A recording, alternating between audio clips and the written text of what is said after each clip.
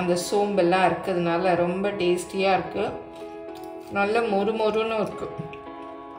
இதுதான் வந்து டீ கடை மசால் வடையோட ரகசியம்.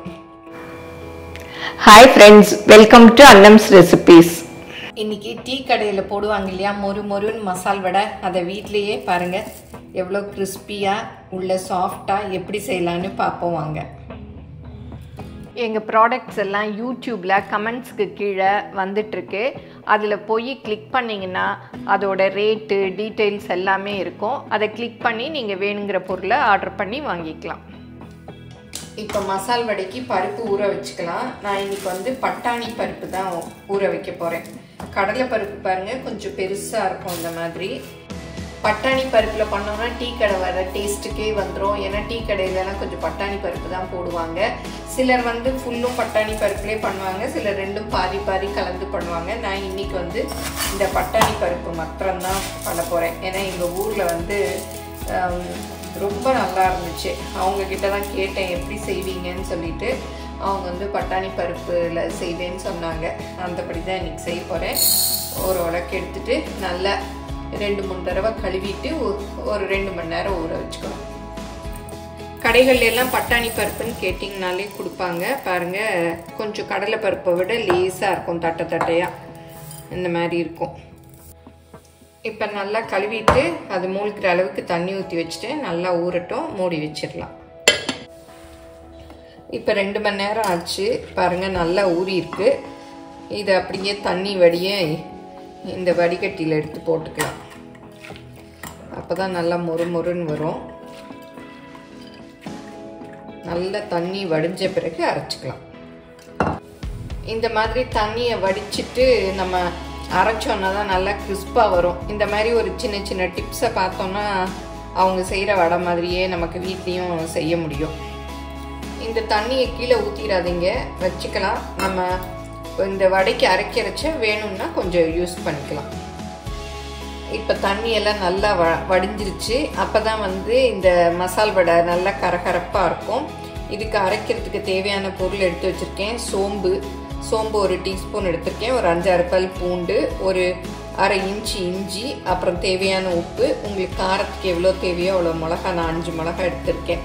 இதெல்லாம் மிக்சியில் போட்டு கரகரப்பாக அரைச்சிக்கணும். ரொம்ப நைஸாக அரைச்சிட்டா நல்லா இருக்காது, குறைன்னு அரைச்சிக்கணும். இதெல்லாம் போட்டுக்கலாம். போட்டு ஒரு அடி அடிச்சுட்டு அப்புறம் வந்து நம்ம பருப்பெல்லாம் போட்டுக்கலாம். இப்போ பாருங்கள் இதெல்லாம் ஒரு அளவுக்கு கோர்ஸாக அரைச்சிக்கிட்டோம். இந்த அளவு அரைச்சிக்கிட்டு அப்புறம் பருப்பை போட்டோம்னா நமக்கு சரியாக அரைப்படும்.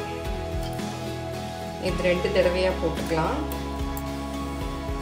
பாருங்க இந்த மாதிரி கரண்டியில் தள்ளி விட்டுட்டு கரகரப்பாக அரைச்சிக்கணும். ரொம்ப நைஸாக அரைச்சிடாதீங்க, அப்புறம் வடை நல்லா இருக்காது. 1-2 பருப்பு அரைப்படாட்டியும் பரவாயில்ல, நல்லாயிருக்கும். சிலர்லாம் வந்து கொஞ்சம் பருப்பை எடுத்து வச்சுட்டே வந்து அரைச்சிட்டு அப்புறம் போட்டு பிசைஞ்சுக்குவாங்க. பாருங்க இந்த பருப்பையும் அரைச்சாச்சு. இப்போ 2 பருப்பையும் நல்லா மிக்ஸ் பண்ணிக்கணும். ஏன்னா முதல் இதில் தான் நம்ம வந்து உப்பு போட்டிருக்கோம். கருவேப்பிலையெல்லாம் வந்து பொடியாக கட் பண்ணிக்கோங்க. அப்போ தான் வடைக்குள்ளே சேர்ந்த மாதிரி இருக்கும். இல்லாட்டா பெருசாக இருக்கு இல்லையா, அப்புறம் வெளியில் வந்துடும். இப்போ பெரிய வெங்காயம் கட் பண்ணி வச்சுருக்கேன். பச்சை மிளகா கொஞ்சம் போட்டால் தான் நல்லாயிருக்கும், அதனால பச்சை மிளகா பொடியாக கட் பண்ணி வச்சுருக்கேன். நீங்கள் பருப்போடு போட்டு அரைக்கிறதுனாலும் அரைச்சிக்கலாம். இப்போ கொஞ்சம் கொத்தமல்லி போட்டுக்கலாம். கொத்தமல்லி புதினா எது இருந்தாலும் போட்டுக்கலாம். புதினா போட்டாலும் நல்லா வடை சூப்பராக இருக்கும் டேஸ்ட்டு. இப்போ வந்து வெங்காயம் போட்டுக்கலாம். நறுக்கின பச்சை மிளகாயும் போட்டுக்கலாம், கருவேப்பிலை, அப்புறம் கொத்தமல்லி. இப்போ எல்லாத்தையும் நல்லா மிக்ஸ் பண்ணிக்கலாம். பாருங்கள் தண்ணியே ஊற்றாம தான் அரைச்சேன். நல்ல தண்ணி இதுவோடு இருக்குது. நம்ம ரொம்ப தண்ணி ஊற்றி அரைச்சோன்னா தான் அந்த கிறிஸ்பாக வராது வடை. இந்த மாதிரி சின்ன சின்ன டிப்ஸ் எல்லாம் நம்ம ஃபாலோ பண்ணி பண்ணோன்னா நமக்கும் டீ கடை வடை மாதிரியே வரும். இப்போ இது சின்ன சின்ன வடையாக எடுத்து செஞ்சுக்கலாம்.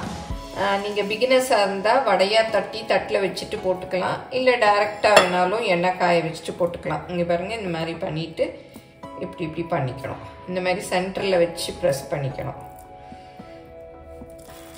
இதே மாதிரி பண்ணி வச்சுட்டு எண்ணெய் காஞ்சதும் எடுத்து போட்டுக்கலாம். உங்களுக்கு எவ்வளோ சைஸ் வேணுமோ அந்த சைஸு மாவு எடுத்து உருண்டையாக உருட்டிக்கலாம். இந்த மாதிரி ப்ரெஸ் பண்ணிக்கங்க. இப்போ மாவெல்லாம் இந்த வடை ஷேப்பில் தட்டி வச்சாச்சு. இப்போ எண்ணெயில் பொரிச்சு எடுத்துடலாம். இப்போ எண்ணெய் காஞ்சிருச்சு. ஒரு வடையாக போட்டுக்கலாம்.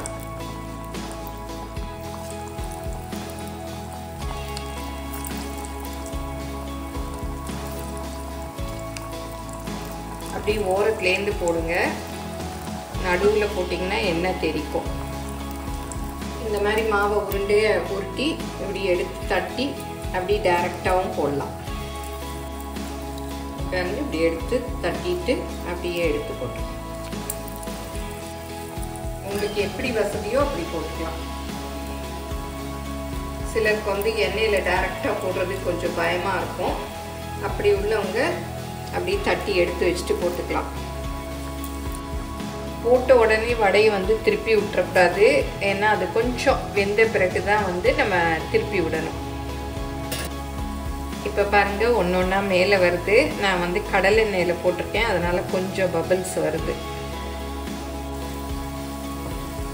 இப்போ பாருங்க, போட்ட வடையெல்லாம் மேலே வந்துருச்சு. இப்போ திருப்பி விட்டுடலாம்.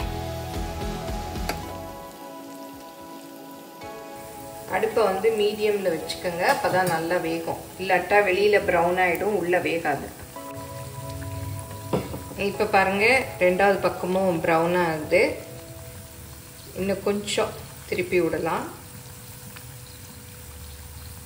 ஏன்னா ஃபஸ்ட்டு இது வந்து நமக்கு எண்ணெய் காய நேரம் ஆகும், அதனால கொஞ்சம் லேட் ஆகும். அடுத்தடுத்தது டக்குன்னு வெந்துடும். ஏன்னா எண்ணெய் சூடாகிடுது இல்லையா, அடுத்த பேட்ச் போடுறச்சு சீக்கிரம் ரெடி ஆகிடும். அடுப்பை வந்து மீடியமில் வச்சுக்கோங்க, இல்லாட்டா கருகிடும். நீங்களும் சுவையாக சமைக்கணுமா? எங்கள் மசாலா பொடிகளை யூஸ் பண்ணி பாருங்கள். அதெல்லாம் வாங்கணுன்னா ஸ்க்ரீனில் வர்ற வெப்சைட்டுக்கும் வாட்ஸ்அப் நம்பருக்கும் போய் ஆர்டர் பண்ணிங்கன்னா நீங்கள் வேணுங்கிறத வாங்கிக்கலாம். இப்போ வடை பாருங்கள், நல்லா கோல்டன் ப்ரௌன் கலர் வந்துருச்சு. கொஞ்சம் அப்படியே நம்ம தொட்டு பார்த்தோன்னா மொரன்னு சத்தம் கேட்கணும். அப்போ தான் நல்லா கிறிஸ்பாக இருக்கும். பாருங்கள், அப்படி கேட்குது.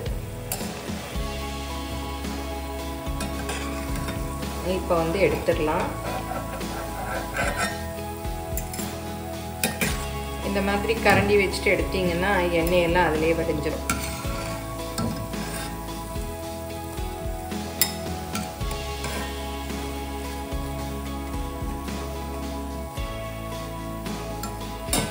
இப்போ மசால் வடை ரெடி ஆயிடுச்சு. கொஞ்சம் நேரம் இப்படி வச்சா எண்ணெய் அந்த இதிலே வடிஞ்சிடும்.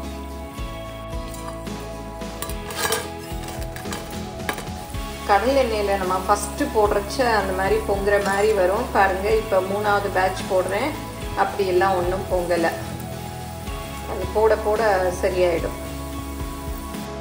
இப்போ பாருங்கள், பட்டாணி பருப்பை வச்சு மொறுன்னு டீ கடை மாதிரியே மசால் வடை வீட்லேயே செஞ்சிட்டோம். இப்போ தட்டி கூட காமிக்கிறேன் பாருங்கள், எவ்வளோ இதுவாக சத்தம் கேட்குது. நல்லா கிறிஸ்பாகவும் இருக்குது. நான் இன்றைக்கி பட்டாணி பருப்பில் போட்டிருக்கேன். பட்டாணி பருப்பு கிடைக்காதவங்க கடலை பருப்புலேயும் இதே மெத்தடில் செஞ்சு பாருங்கள். தண்ணி ரொம்ப இருந்தால் கிறிஸ்பாக வராது, அப்புறம் கரகரப்பாக அரைச்சிக்கணும். இது ரெண்டையும் நீங்கள் முக்கியமாக ஃபாலோ பண்ணிங்கன்னா மொறுன்னு மசால் வடை வரும். இது எல்லோரும் செஞ்சு பாருங்கள். அதுவும் சாயந்தர நேரம் இந்த மாதிரி மசால் வடை சாப்பிட்டு ஒரு டீ குடித்தோன்னா சூப்பராக இருக்கும். செஞ்சு பார்த்துட்டு எப்படி வந்ததுன்னு உங்கள் கமெண்ட்ஸை சொல்லுங்கள். பிடிச்சிருந்தால் லைக் பண்ணுங்கள். எங்கள் சேனலை மறக்காமல் சப்ஸ்கிரைப் பண்ணுங்கள். உங்கள் ஃப்ரெண்ட்ஸுக்கும் ஷேர் பண்ணுங்கள். ஃபேஸ்புக், இன்ஸ்டாகிராமில் அன்னம்ஸ் ரெசிபீஸை ஃபாலோ பண்ணுங்கள். தேங்க்யூ.